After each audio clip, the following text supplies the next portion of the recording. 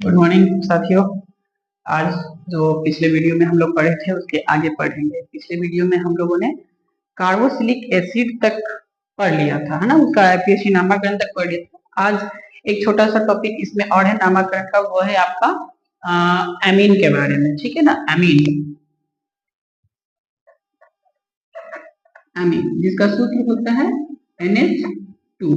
ठीक है ना, एमीन के बारे में पढ़ना है। ठीक है, सबसे पहले इसका हम लोग साधारण नाम देखते हैं। ठीक है, साधारण नाम। तो सबसे पहले तो सामान्य सूत्र देख लेते हैं। ठीक है ना, सामान्य सूत्र के बारे में।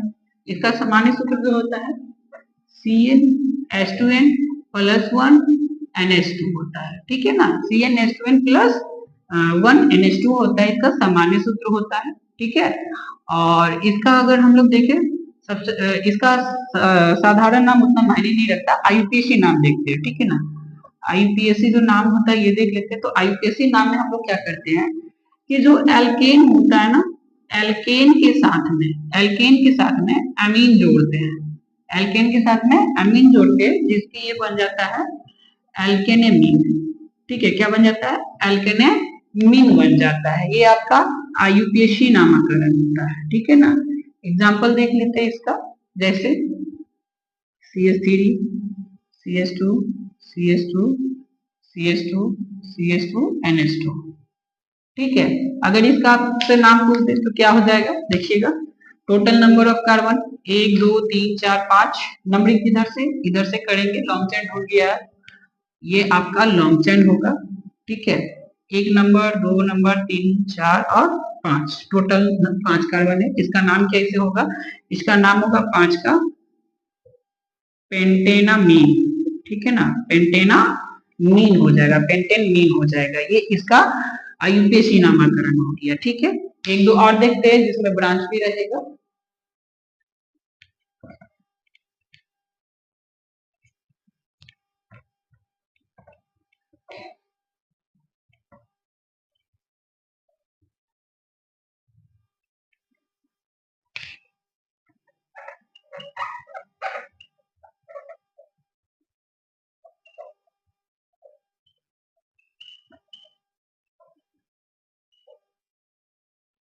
ये रहा। ठीक है, इतना लंबा छोड़ा गया है। तो सबसे पहले लॉन्ग चेन ढूंढेंगे, तो ये वाला आपका हो गया लॉन्ग चेन, है ना। ये वाला क्या हो गया? लॉन्ग चेन हो गया।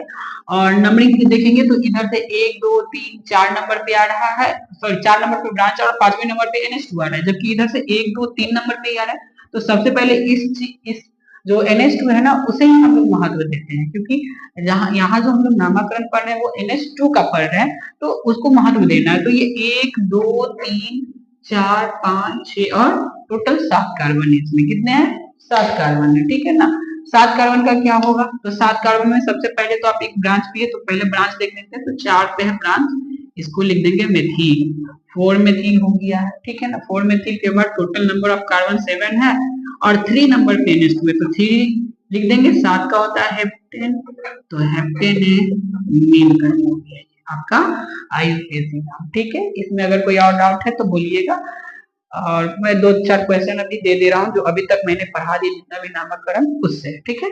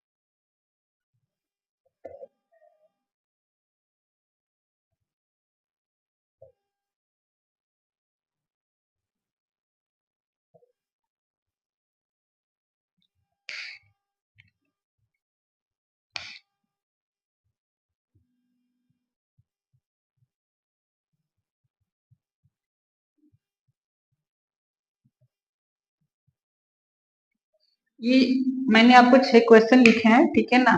ये 6 क्वेश्चन का हमें जो आंसर होगा आईयूपीएसी नाम कौन सा चाहिए हमें, केवल आईयूपीएसी जो नामकरण होता है ना इसका, ये हमें आप कमेंट बॉक्स में दे देना, ठीक है ना। ये 6 क्वेश्चन का, ठीक है ना, ज्यादा नहीं है, 1 2 3 4 5 6 क्वेश्चन, इस 6 का दे दीजिएगा। इसके बाद अभी हम थोड़ा सा और देख लेते हैं। अभी कभी कभी क्या होता है कि आपको केवल नाम लिख देगा, ठीक है, नाम दे देगा और उससे आपको संरचना सूत्र पूछेगा। तो नाम दे करके अगर संरचना सूत्र पूछे, नाम दे करके संरचना सूत्र पूछे तो उसको कैसे बनाएंगे उसको थोड़ा देख लेते हैं, ठीक है ना। 2-3 क्वेश्चन उसका देख लेते हैं, उसके बाद फिर हम लोग आगे बढ़ेंगे, ठीक है।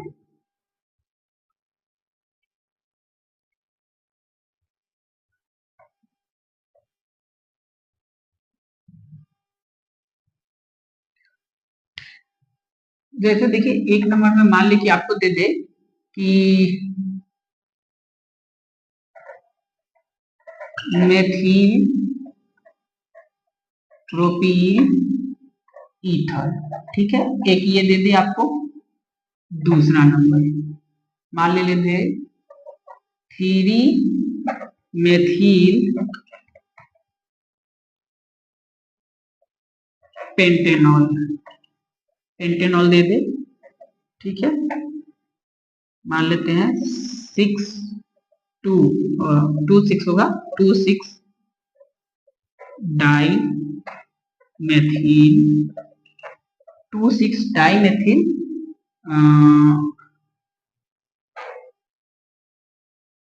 2 6 डाई मेथिल 3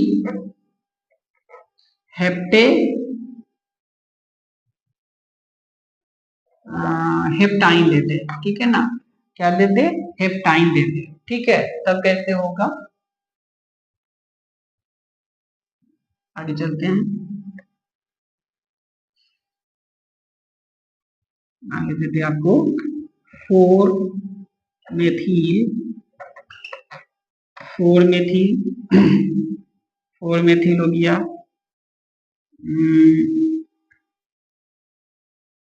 4 मेथिल 3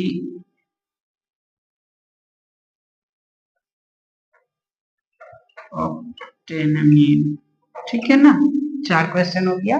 एक और देख लेते हैं 5 नंबर में, ठीक है, एक और देख लेते हैं 5 नंबर में आपका, हाँ 6 मेथिल ऑक्टेनॉन ऑक्टेनॉन, ठीक है, क्या है, ऑक्टेनॉन है। ये आपको इतना सारा, ठीक है ना। अब और ये 2 ऑक्टेनॉन कर दे, यहाँ पे 2 ऑक्टेनॉन कर दे, ठीक है ना। 6 मेथिल 2 ऑक्टेनॉन कर दे, तो कैसे बनाएंगे, ठीक है। ये केवल आपको नाम दे दिया, आपसे पूछ रहा है कि इसका आईयूपीएसी नाम बताना है, सॉरी इसका संरचना सूत्र बताना है। क्या बताना है, संरचना सूत्र। तो कैसे बनेगा, सबसे पहले आपको ध्यान देना है, ऊपर वाले में देखिएगा क्या है, मेथिल प्रोपीन ईथर, है ना। ये क्या है, साधारण नाम, है ना, ये क्या है, साधारण नाम है, मेथिल प्रोपीन ईथर। तो ये साधारण नाम है, इससे आपको संरचना सूत्र बनाना है। तो कैसे बनेगा, मान लीजिए CH3, ये मेथिल हो गया, ईथर का O, और CH2 CH2 CH3, ठीक है, ये इसका क्या हो गया, संरचना सूत्र हो गया। 3 मेथिल पेंटेनॉल 3 मेथिल पेंटेनॉल। तो सबसे पहले इसमें क्या करेंगे कि 5 पेंटेनॉल है ना, तो 5 डेफिनेटली होगा, तो 5 कार्बन लिख लेंगे, 5 कार्बन लिख लेंगे, ठीक है। सब में CH लगाते चलते हैं, जहां घटेगा वहां पे ये कर लेंगे, 4 5, ठीक है। और लास्ट में OH लगा देंगे, क्योंकि यहाँ पे नंबर नहीं लिखा, इसका मतलब क्या कि एक ही नंबर पे होगा। चलो मैंने इधर लगा दिया, इधर से करेंगे तो 1 2 3 नंबर पे CH3 आ जाएगा, बाकी जहां जो घट रहा है वो लगा दीजिए, है ना। ये आपका क्या हो गया, संरचना सूत्र हो गया इसका वाला। अब लिखा है 2 6 डाई 3 हेप्टाइन, तो हेप्टाइन में हेप कितना होगा, 7 कार्बन, है ना, टोटल 7 कार्बन। तो पहले 7 कार्बन, 1 2 3 4 5 6 7, 2 4 6 7 कार्बन हो गया, टोटल 7 कार्बन हो गया। ठीक है, 3 नंबर पे हेप्टाइन करा, इधर से ले लेते तो 1 2 3 नंबर पे हेप्टाइन। हेप्टाइन में क्या होता है? Triple bond. कौन सा बॉन्ड होता है? ट्रिपल बॉन्ड होता है। 2 और 6 पे, तो इधर से गिनेंगे तो 2 यहाँ पे एक CH3 आएगा और एक 6 नंबर पे, तो क्या पे आ जाएगा? 4 5 6 यहाँ पे आ जाएगा। ठीक है ना, तो ये आपका इसका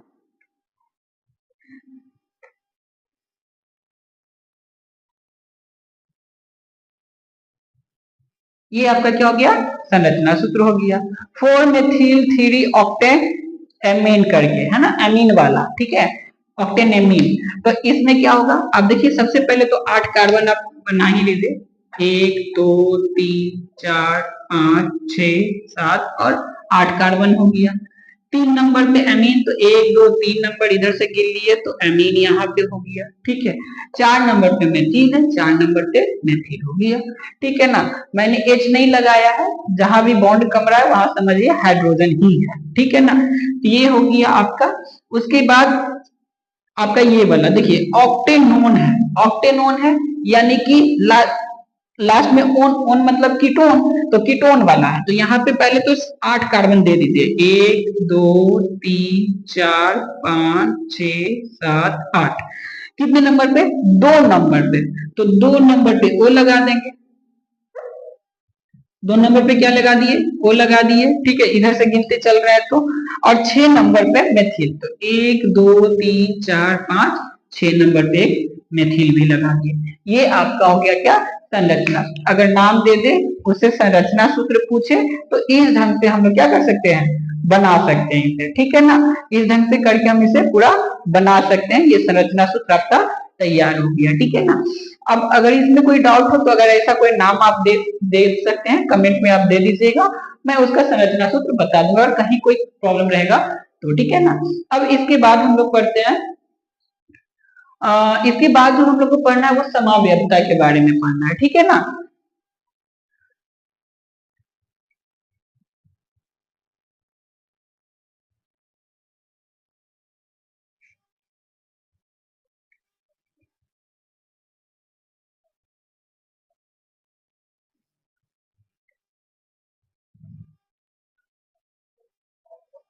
समावयवी है ना, आइसोमर्स। ठीक है, क्या बोलते हैं? आइसोमर्स। ठीक है ना, आइसोमर्स के बारे में पढ़ना है। आइसोमर्स होता क्या है? सबसे पहले तो कि समावयवी होता क्या है, तो इसके बारे में कहा था कि वे कार्बनिक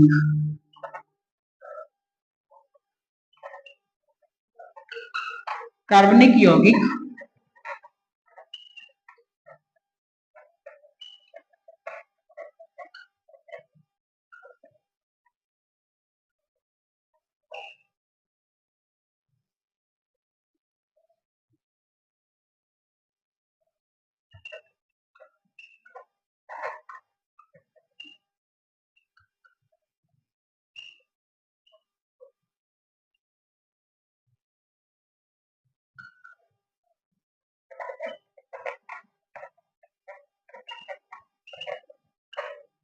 देखिए क्या कह रहा है कि वे कार्बनिक यौगिक जिनकी अनुसूत्र समान हो लेकिन भौतिक और रासायनिक गुण जो क्या हो, भिन्न हो, उसे हम लोग क्या कहेंगे? समावयवी कहेंगे। क्या कहेंगे? समावयवी। और ये जो घटना होती है उसे समावयवता कहते हैं। इसे क्या कहते हैं? समावयवता। इस घटना को क्या कहते हैं? समावयवता कहते हैं। ठीक है ना, जैसे एक दो एग्जांपल देख लीजिए, जैसे मान लीजिए कि CH2H5O दे दिया। ठीक है ना, CH2H5O दे दिया, तो इसे हम लोग लिख सकते हैं CH2H5OH, सॉरी H6 यहाँ लिख देंगे, H6। ठीक है ना, H6 हो गया, तो इसे OH लिख सकते हैं। ठीक है, और इसे एक और लिख सकते हैं जैसे कि CH3O CH3 लिख सकते हैं। देखिए अनुसूत्र दोनों का समान हो गया, लेकिन एक एल्कोहल हो गया और एक क्या हो गया? ईथर हो गया। दोनों का भौतिक और रासायनिक गुण क्या है? अलग अलग है, तो इसे ही हम लोग क्या कहेंगे? समावयवता कहते हैं। ठीक है, समावयवता के कई प्रकार होते हैं। इसके प्रकार के बारे में देख लेते हैं बाबू। इसका प्रकार, तो एक तो इसमें जो होता है वो है आपका संरचना। क्या है? संरचनात्मक समावयवता। संरचनात्मक समावयवता। ठीक है ना, क्या है, संरचनात्मक समावयवता है। इसके बारे में कह रहा है कि कार्बनिक यौगिकों के अणुसूत्र में उपस्थित जो भी परमाणु एवं समूह होते हैं उनके विभिन्न प्रकार से जुड़े होने के कारण जो समावयवता होती है उसे हम लोग संरचनात्मक समावयवता कहते हैं। अर्थात क्या है, जिनके अणुसूत्र समान हो, इसको लिख सकते हैं कि जिनके अणुसूत्र समान हो, क्या हो, समान हो, लेकिन लेकिन उनके परमाणुओं एवं समूह, ठीक है ना, समूहों के विभिन्न प्रकार से जुड़े होने के कारण, जुड़े होने के कारण, ठीक है, जुड़े होने के कारण जो समावयवता होती है उसे क्या कहेंगे, संरचनात्मक समावयवता कहते हैं। जैसे एग्जांपल देख लीजिए आप,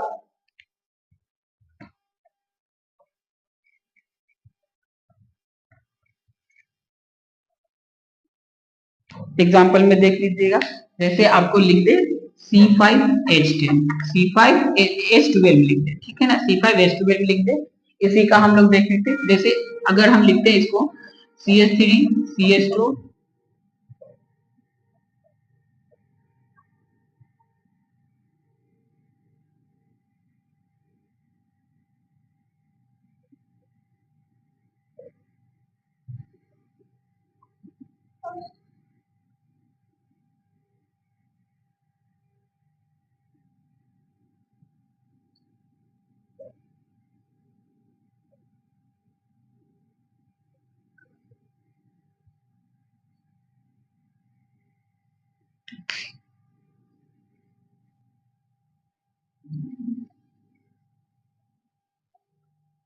देखिए बाबू, जैसे C5H12 लिखे, C5H12 का एक मैंने ये वाला लिख दिया संरचना, तो CH3 CH2 CH2 CH2 CH3 हो गया। एक मैंने लिखा कि CH2 CH3 CH के ऊपर में एक CH3 इस साइड में, और यहाँ पे देखिए नॉर्मल लिख करके दो ऊपर में ब्रांच के रूप में दिया। ये तीनों एक ही है, तीनों में देखिए कार्बन जो अणुसूत्र है तीनों का सेम है, तीनों का कार्बन नंबर ऑफ कार्बन क्या है, सेम है, नंबर ऑफ हाइड्रोजन भी क्या है, सेम है, लेकिन इसका नाम जो होगा पेंटेन हो जाएगा, है ना, इसका नाम क्या हो गया, पेंटेन हो गया।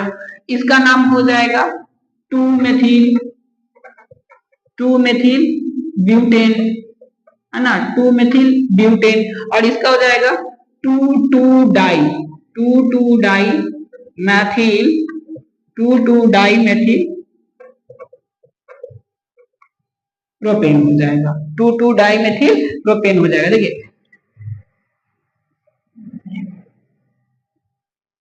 अणुसूत्र समान है, ठीक है, अणुसूत्र क्या है, समान, लेकिन तीन इसके अलग अलग नाम निकल के आए, तीन अलग अलग नाम निकल के आए, इसे ही हम लोग क्या कहते हैं, आइसोमर्स। और ये कौन सा है, संरचनात्मक, संरचना तीनों का अलग अलग है, तीनों का क्या है, संरचना अलग अलग है, ठीक है। इसी का जो आपका समावयवता है, संरचनात्मक समावयवता का, इसमें जो दूसरा नंबर आपको पढ़ना है वो पढ़ना है श्रृंखला के बारे में। कौन सा पढ़ना है, ठीक है, इसका जो संरचनात्मक है ना, इसमें एक जो समावयवता है, इसके भी जो प्रकार है, ठीक है ना, इसके जो प्रकार है, इसमें पहला नंबर आपको पढ़ना है श्रृंखला, श्रृंखला समावयवता, ठीक है बाबू। तो श्रृंखला समावयवता यही होगी आपका, अलग अलग जो चेंज होते आ रहा है, ठीक है ना, इसे क्या कह रहे हैं, श्रृंखला समावयवता कह रहे हैं, इसे क्या कहते हैं, श्रृंखला समावयवता, जिसमें क्या होगा कि अणुसूत्र समान रहेगा, उसका श्रृंखला जो जुड़ने का जो कंडीशन है वो अलग अलग रहेगा। इसमें लिखा भी है कि कार्बन की श्रृंखला में विभिन्नता के कारण जो उत्पन्न होने वाली, ठीक है, लिख देते हैं कि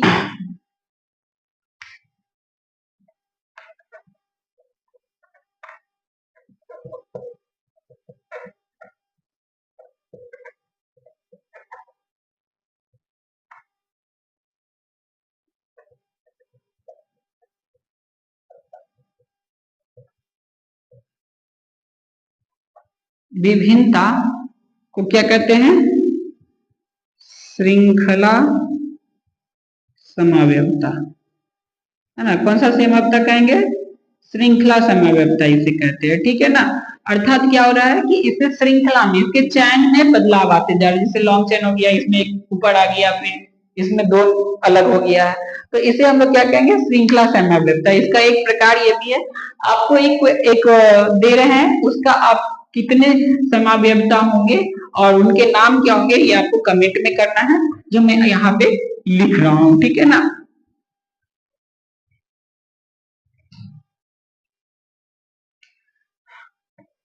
ये आपका C6H14, इसके कितने आपके होंगे समव्यवता, वो आपको बताने हैं। नाम क्या क्या होंगे वो बताने हैं। और दूसरा नंबर में जो आपको मैं दे रहा हूँ C8H18, ठीक है ना। इसके भी कितने होंगे आपको ये बताने हैं, ठीक है। ये दो क्वेश्चंस है, ये दोनों क्वेश्चंस का कमेंट में आप आंसर दे सकते हैं ना। दोनों का आंसर आप कमेंट में विथ संरचना सूत्र के साथ, किसके साथ? संरचना सूत्र के साथ, उसका नाम भी आयुतेशी नाम लिखना, आयुतेशी नाम लिख करके आप हमें कमेंट में करके भेज दीजिए, ठीक है। इसके बाद जो हम लोग को पढ़ना श्रृंखला के बाद है स्थान समव्यवता। क्या है? स्थान समव्यवता, ठीक है ना। अगला कौन सा है?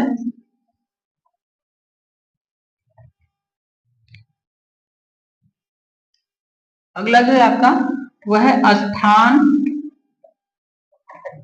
समव्यवता, ठीक है ना। स्थान समव्यवता, इसमें क्या होगा कि जो क्रियाशील समूह होते हैं ना, वो अपने स्थान को बदल देते हैं, है ना। एक स्थान कभी कहीं कहीं भी दूसरी जगह अनुसूत्र समान रहेगा, लेकिन स्थान बदल जाएगा, ठीक है ना। तो उसे हम लोग कहते हैं स्थान समव्यवता। क्या होता है कि क्रियाशील समूह, है ना, क्रियाशील समूह के के स्थान के कारण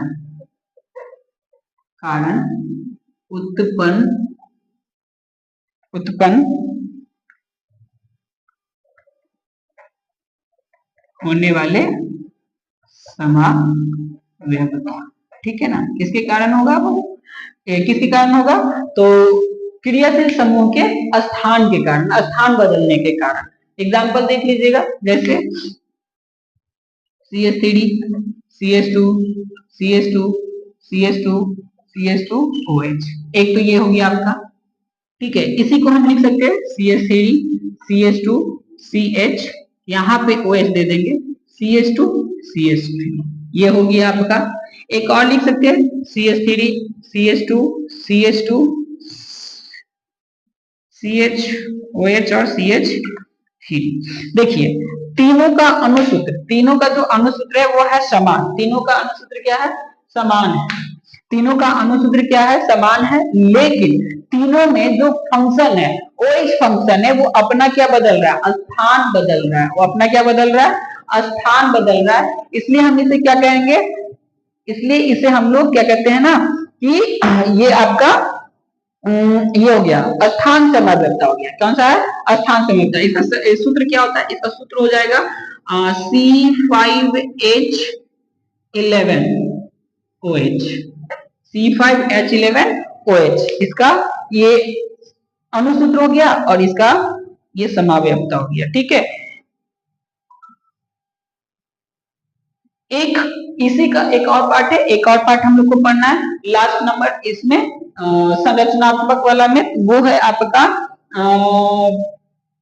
क्रियाशील क्रियाशील समावयवता। कौन सा है? क्रियाशील समावयवता है। जैसे देखिएगा,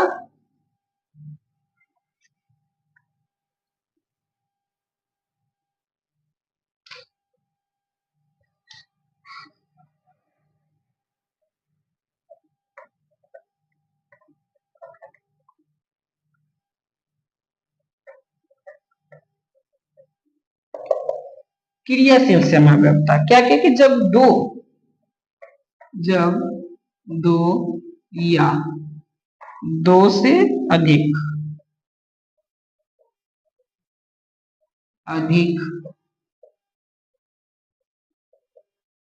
यौगिकों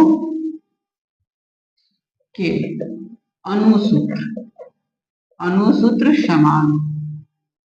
समान हो, अणुसूत्र क्या हो, समान हो, ठीक है। लेकिन लेकिन उसमें जो उपस्थित आपके उपस्थित जो क्रियाशील हैं, क्रियाशील समूह वह भिन्न भिन्न भिन्न है ना।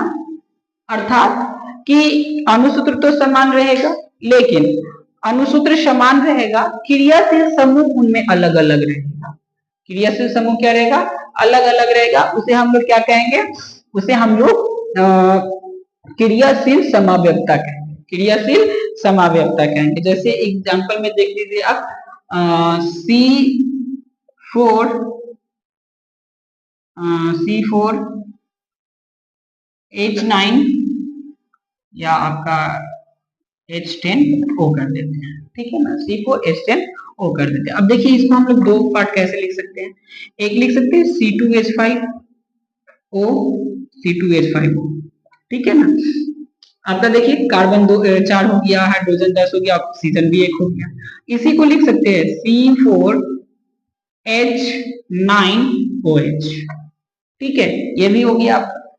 ये दोनों क्या हो गया, इसी का ये हो गया। देखिए एक में ईथर आया, एक में अल्कोहल आया, ये क्रियाशील समूह है। क्या हो गया, क्रियाशील समूह, जिसमें अलग अलग है, लेकिन अणुसूत्र क्या है, समान। अणुसूत्र है समान है, अणुसूत्र समान होने के साथ साथ क्रियाशील इसका अलग अलग है, इसलिए क्रियाशील समाव्यक्ता कहलाएगा। एक दो और देख लीजिए।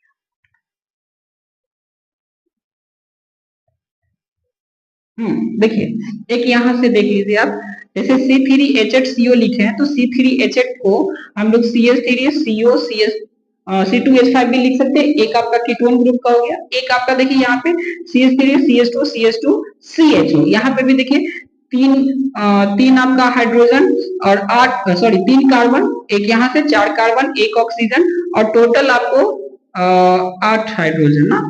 तो यहाँ पे हमको लग रहा है ज्यादा हो जा रहा है, 7 1 8, हाँ 2 4 4 2 5 5 2 7 और 1 8। तो ये आपका क्या हो गया, यहाँ पे एक CHO आ गया, यहाँ पे CO। तो ये दोनों भी क्या है, एक दूसरे में अपना आइसोमर्स, ये भी क्या है, आइसोमर्स है। ये कौन सा आइसोमर्स है, क्रियाशील, कौन सा है, क्रियाशील समाव्यवस्था, ठीक है ना बाबू, कौन सा है, क्रियाशील समाव्यवस्था। देख लीजिए यहाँ पे क्या है कि दोनों में अणुसूत्र समान है, लेकिन उनके समूह जो क्रियाशील समूह है वो अलग अलग है, तो इसे क्रियाशील समाव्यवस्था कहते हैं, ठीक है ना। अगला जो समाव्यवस्था आपको पढ़ना है वो पढ़ना है इसके स्ट्रक्चर के आधार पर, मतलब त्रिविम संरचना पढ़ना है। कौन सा पढ़ना है, त्रिविम वाले, ठीक है ना।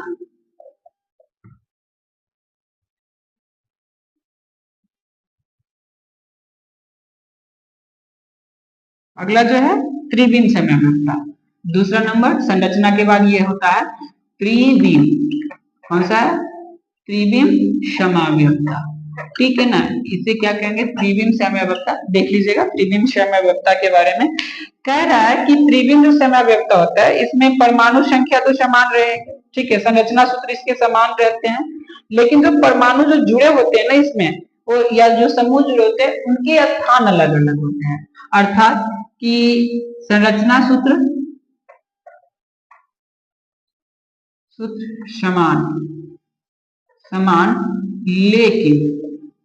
लेकिन क्या है कि परमाणुओं या समूह, क्या है, समूहों की स्थानिक व्यवस्था। कौन सी व्यवस्था? स्थानिक जो व्यवस्था है, व्यवस्था वो भिन्न हो। वो क्या हो? भिन्न, है ना। स्थानिक व्यवस्था क्या हो? भिन्न हो। उसे हम लोग त्रिविम समव्यवस्था कहते हैं। क्या कहते हैं? त्रिविम समव्यवस्था। इसके अंतर्गत जो पहला नंबर आता है वो आता है ज्यामितीय। कौन सा है? ज्यामितीय समव्यवस्था। ज्यामितीय समव्यवस्था, ठीक है ना। ज्यामितीय समव्यवस्था किसे कहते हैं? कि ये जो समव्यवस्था है खास तौर से एल्कीनो के लिए। किसके लिए? एल्कीनो या उससे जो भी डबल बॉन्ड या जो ट्रिपल बॉन्ड है उसमें भी आ सकते हैं, लेकिन खासतौर से डबल बॉन्ड में यहाँ पे क्या होंगे, देखिएगा कि जो परमाणु या जो समूह है वो जुड़े होंगे वो अलग ढंग से। जैसे यहाँ पे देख लीजिए, एक इधर H और CH3 दोनों और नीचे। एक तो ये हो गया इसका, ये ज्यामितीय का हो गया। इसी को हम लोग इस ढंग से भी लिख सकते हैं।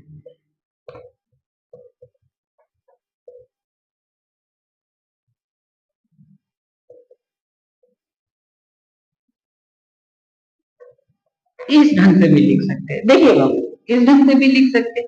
यहाँ पे देख रहे हैं कि दोनों और नीचे में, यहाँ पे एक दूसरे के पीछे है, ठीक है ना। तो ये जो स्ट्रक्चर होता है, ये जो समाव्यवस्था होता है, परमाणु संख्या तो सेम है ना। स्ट्रक्चर भी लगभग आपको सेम ही दिखाई दे रहा है। तो जो संरचना सूत्र है वो भी क्या है?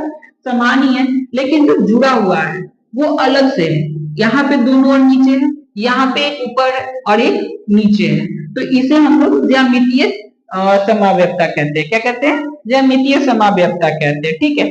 इसी का जो दूसरा पार्ट है त्रिविमीय का, वो दूसरा जो प्रकार है वो है प्रकाशिक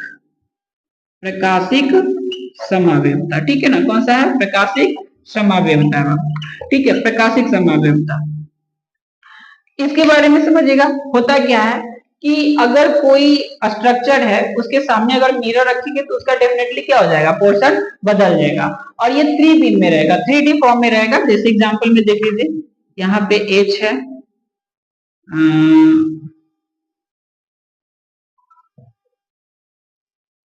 यहाँ पे आपको एक डॉट लाइन से दिखा दे रहे हैं, यहाँ पे एक थोड़ा सा डार्क लाइन से है, मान लीजिए CH3 यहाँ पे जुड़ा हो, और यहाँ पे आपको ना यहाँ पे मान लीजिए Br जोड़ दिया, ठीक है, कोई दिक्कत नहीं है, कुछ भी जोड़ सकते हैं। और ये एक CH3 जोड़ दिया, CH3। ये जो डॉट लाइन है ये पीछे का पोर्शन, ये जो डार्क लाइन है ये आगे का, फ्रंट का है, और ये जो दोनों है साइड वाला जो दिखाई दे रहा है ना, क्लियर लाइन से साइड वाला दिखाई देता है। पीछे वाला आपको डॉट लाइन से दिखाया गया, क्योंकि पीछे जल्दी दिखता नहीं है तो डॉट लाइन से दिखाया गया, और आगे वाला बेसिकली ज्यादा दिखता है बोल्ड, इसलिए इसको किया गया है।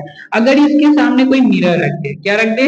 मिरर रख दे, ठीक है, तो वो शायद इस ढंग से भी दिखने लग जाए कि इस साइड में ये डॉट लाइन वाला Cl आ जाएगा, यहाँ पे H रह ही जाएगा, ठीक है, CH3 इधर आ जाएगा, और ये वाला जो है आपका वो इस साइड आ जाएगा, ठीक है ना, इस साइड आ जाएगा। तो इस ढंग से आपको स्ट्रक्चर दिखाई देगा, थोड़ा सा बदला बदला सा दिखाई देगा, ठीक है। इसे हम लोग प्रकाशिक समाव्यवस्था कहते हैं। क्या कहते हैं? प्रकाशिक समाव्यवस्था। मिरर के कारण इसका पार्श्विक परिवर्तन हो गया, इसलिए इसे हम लोग क्या बोलते हैं? प्रकाशिक समाव्यवस्था। तो ये आपका समाव्यवस्था के प्रकार थे, जो आपको अभी पढ़ना, इतना ही समाव्यवस्था पढ़ना है बाबू, ठीक है ना। अब इसके बाद हम लोग को पढ़ना हाइड्रोकार्बन, ठीक है। क्या पढ़ना? हाइड्रोकार्बन।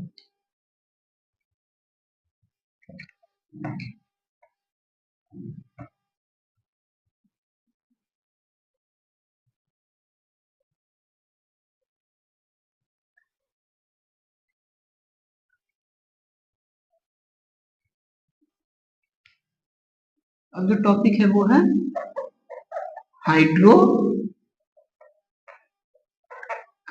ठीक है ना। क्या है? हाइड्रोकार्बन, ठीक है ना। हाइड्रोकार्बन, ठीक है। हाइड्रोकार्बन में सबसे पहले जो हम लोग पढ़ेंगे वो कोयला के बारे में जान लेते हैं और पेट्रोलियम के बारे में जान लेते हैं, ठीक है ना। कोयला और पेट्रोलियम, ठीक है ना, कि कोयला और पेट्रोलियम का निर्माण कैसे, उसके बाद इस हाइड्रोकार्बन का जो अन्य पार्ट है उसके बारे में समझेंगे, ठीक है। क्योंकि एक बेसिकली सा सवाल रहता है कि बहुत लोग पूछते भी हैं कि सर बताइए कोयले का निर्माण कैसे हुआ, कब हुआ, कहाँ पर हुआ, ठीक है, तो उसके बारे में समझ लेते हैं, ठीक है ना। तो कोयला, पहले हम लोग कोयला के बारे में समझ लेते हैं। कहा जाता है कोयला के बारे में कि लाखों साल पहले कभी ऐसा हुआ हो कि धरती पर बहुत जंगल होगा, बहुत सारे जीव जंतु भी होंगे, है ना, अभी तो अभी जैसे है उस प्रकार से पहले भी होगा। तो हो सकता है कि कोई बड़ा भूकंप आया हो, या ज्वालामुखी फटी हो, या कोई अन्य जो प्राकृतिक आपदा है जिसकी वजह से जो पेड़ पौधे थे, ठीक है ना, जो पेड़ पौधे थे या जीव जंतु थे, वो नीचे गिर गए और उसके ऊपर में मिट्टी बालू ये सब जमता चला गया, मिट्टी जम गया, उस पे बालू जम गया, और परत दर परत मोटा होता गया, इतना मोटा हो गया कि उसके नीचे ऑक्सीजन का संपर्क टूट गया, ठीक है ना, इतना मोटा हो गया वो परत के नीचे क्या हो गया, ऑक्सीजन का संपर्क टूट गया, वहां पे नमी नहीं मिल पाया उसे, ठीक है, और वहां पे ऊपर से मिट्टी जमने के कारण ज्यादा प्रेशर रिलीज हो गया, प्रेशर ज्यादा बन गया, और टेम्परेचर, ठीक है ना, जैसे जैसे आप पृथ्वी के गर्त में जाइएगा, नीचे जाइएगा, टेम्परेचर बिल्कुल बढ़ता जाएगा, तो जैसे जैसे वो नीचे दबता गया वहां टेम्परेचर भी क्या हो गया, बढ़ता गया।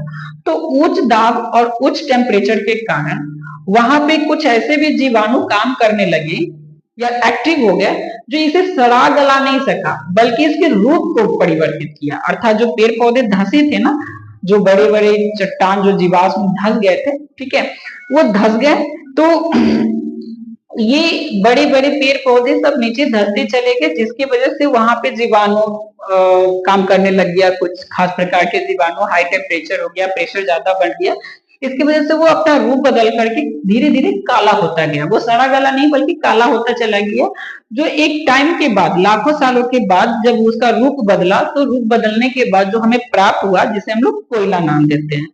और कोयला खासतौर से उन जगहों पे पाया जाता है जो लैंडलॉक है, लैंडलॉक जहाँ की वाटर बॉडीज नहीं है, कोई नदी नहीं है, कोई तालाब नहीं है, कोई झील नहीं है, उन सब जगहों वाले स्थान पे ना कोयला ज्यादातर पाया जाता है। जैसे अगर बिहार आप झारखंड में देख ले, झारखंड में कई जगहों पे कोयला जहाँ पाया जाता है, आप देखिएगा कि वहां पहले कभी शायद जिस टाइम ये ऐसा घटना हुआ हो उस टाइम कोई वाटर बॉडीज नहीं रहा हो, अभी भले ही वाटर बॉडीज है लेकिन पहले नहीं रहा हो, ठीक है ना, तो ऐसा माना जाता है, ठीक है।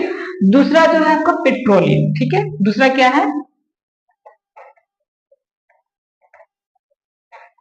पेट्रोलियम, पेट्रोलियम के साथ भी कुछ ऐसा ही है, इसमें मानना है कि जो समुद्री जीव थे, ठीक है, जो समुद्री जीव जंतु थे, छोटे छोटे पौधे थे, वो भूकंप के कारण या किसी आपदा के कारण वो जमीन के नीचे दबते गए, उस पे मिट्टी बालू चट्टान वगैरह सब क्या हो गया, बढ़ते चले गए, परत दर परत जमते गए, और ये जो भी जीव जंतु थे वो नीचे दब गए, जिसकी वजह से इसका फॉर्मेशन हुआ, धीरे धीरे ये सड़ने करने लगा, लेकिन ये पूरी तरह से खत्म नहीं हो पाए, पूरी तरह से खत्म नहीं हो पाए, और ये मतलब अपना रूप बदलते चले गए, यहाँ पे जो जीवाणु काम किया ना, वो ऑक्सीजन की अनुपस्थिति में जो काम किया वो इसका रूप बदलते चला गया, क्योंकि जीव जंतु है तो उसमें पानी का भी अंश पाया जाएगा, वाटर बॉडीज के किनारे, अगर ये वाला जो है पेट्रोलियम खासतौर से वाटर बॉडीज के किनारे या वाटर बॉडीज में ही पाया जाता है, जैसे हम लोग ज्यादातर जो तेल निकालते हैं वो समुद्र के अंदर से निकालते हैं, ठीक है ना, या फिर आपका जो राजस्थान वाला क्षेत्र है, पहले माना जाता था कि वहाँ वाटर बॉडीज था, आपका जो भारत में सबसे पहला तेल का जो मिला था वहाँ डिगबोई, वहां पे भी ब्रह्मपुत्र नदी के किनारे है, ठीक है ना, तो जहां पे वाटर बॉडीज था ये पानी के साथ थोड़ा सा मिल गया, मिश्रित हो गया, और ऐसा हाइड्रोकार्बन बन गया ना जो कि लिक्विड फॉर्म में था, किस फॉर्म में था, लिक्विड फॉर्म में, ये धीरे धीरे क्या हुआ कि उन जगहों से रिसाव होकर के ऊपर आने लगा, ठीक है, रिस करके ऊपर आने लगा, लेकिन ऊपर के जो सख्त चट्टाने थी, ठीक है, इसे ऊपर ना आने दिया, और वहां पर जो छोटे छोटे स्थान या बड़े स्थान जो भी थे उन्हीं जगहों पे ये जाकर के फंस गया। आज जब हम लोग पेट्रोलियम निकालते हैं तो उन्हीं जगहों पे निकलता है जहां पे ये भंडार हो चुका है, क्या है, भंडार हो चुका है, तो पेट्रोलियम और जो हाइड्रोकार्बन जो कोयला है, ये दोनों के दोनों, इन्हें हम लोग जीवाश्म ईंधन कहते हैं। क्या कहते हैं? जीवाश्म ईंधन। क्यों कहते हैं? क्योंकि ये दोनों जो है जीवाश्म, किसी भी जीव का अंश, जीवाश्म ईंधन का मतलब, जीवाश्म का मतलब क्या होता है कि कोई जीव का अंश हो, कोई भी जीव का अंश, उसे जीवाश्म कहते हैं। तो ये कोई ना कोई जीव का अंश है, इसलिए इसे हम लोग जीवाश्म ईंधन कहते हैं। ठीक है, क्या कहते हैं? जीवाश्म ईंधन। अब हाइड्रोकार्बन जो आपको पढ़ना है, हाइड्रोकार्बन सबसे पहले हम लोग पढ़े थे क्या?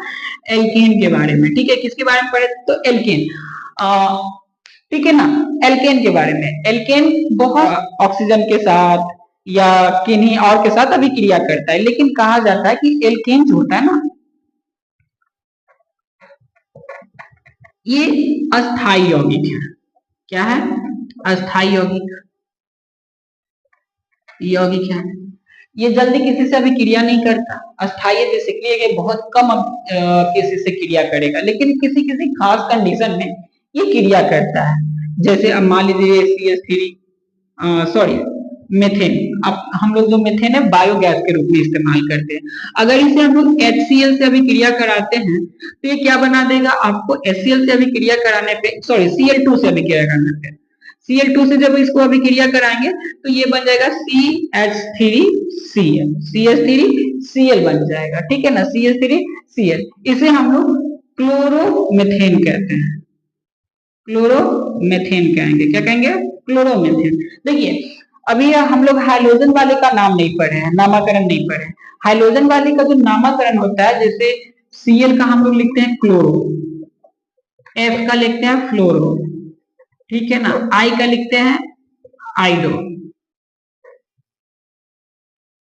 आइडो, आइडो, ठीक है ना, आइडो लिखते हैं। और एक आपका इसमें Br, ब्रोमो, Br को ब्रोमो लिखते हैं। इन सभी को हम लोग प्रीफिक्स के रूप में जोड़ते हैं, अर्थात नाम के आगे। किधर जोड़ते हैं? नाम के आगे जोड़ते हैं। तो ये आपका हो गया जब इसे हम लोग ये अभिक्रिया कराते हैं तब। लेकिन जब एल्केन का दहन करते हैं, दहन मतलब गर्म करते हैं, जलाते हैं,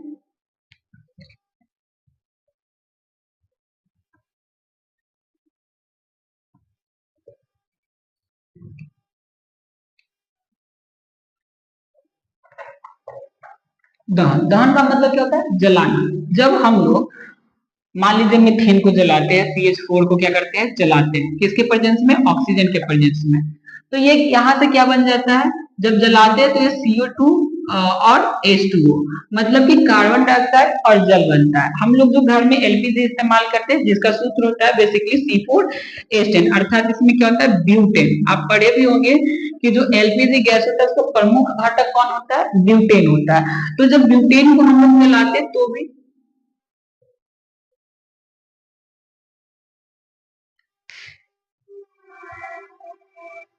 ब्यूटेन को भी जब जलाते हैं तो हमें क्या मिलता है?